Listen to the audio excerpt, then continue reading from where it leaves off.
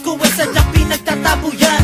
Kahit mga kaibigan ay walang pakialam sa kalagayan ko at hilig hindi maintindihan. Wala nakikinig at sarado ang isipan. Nais ko lang naman ay kanilang maunawaan. Tanggapin ako kung sino at mga tinutupad. Handa kong harapin ang pagsubok kahit tuwan. Lahat ay kaya, basta't marunong magmahaling. Pamahagi ang biyaya sa harap ng may kapal. Ipaglaban ang talento na pinangahawakan. Kung ano ang dahilan sadyang hindi nila alam.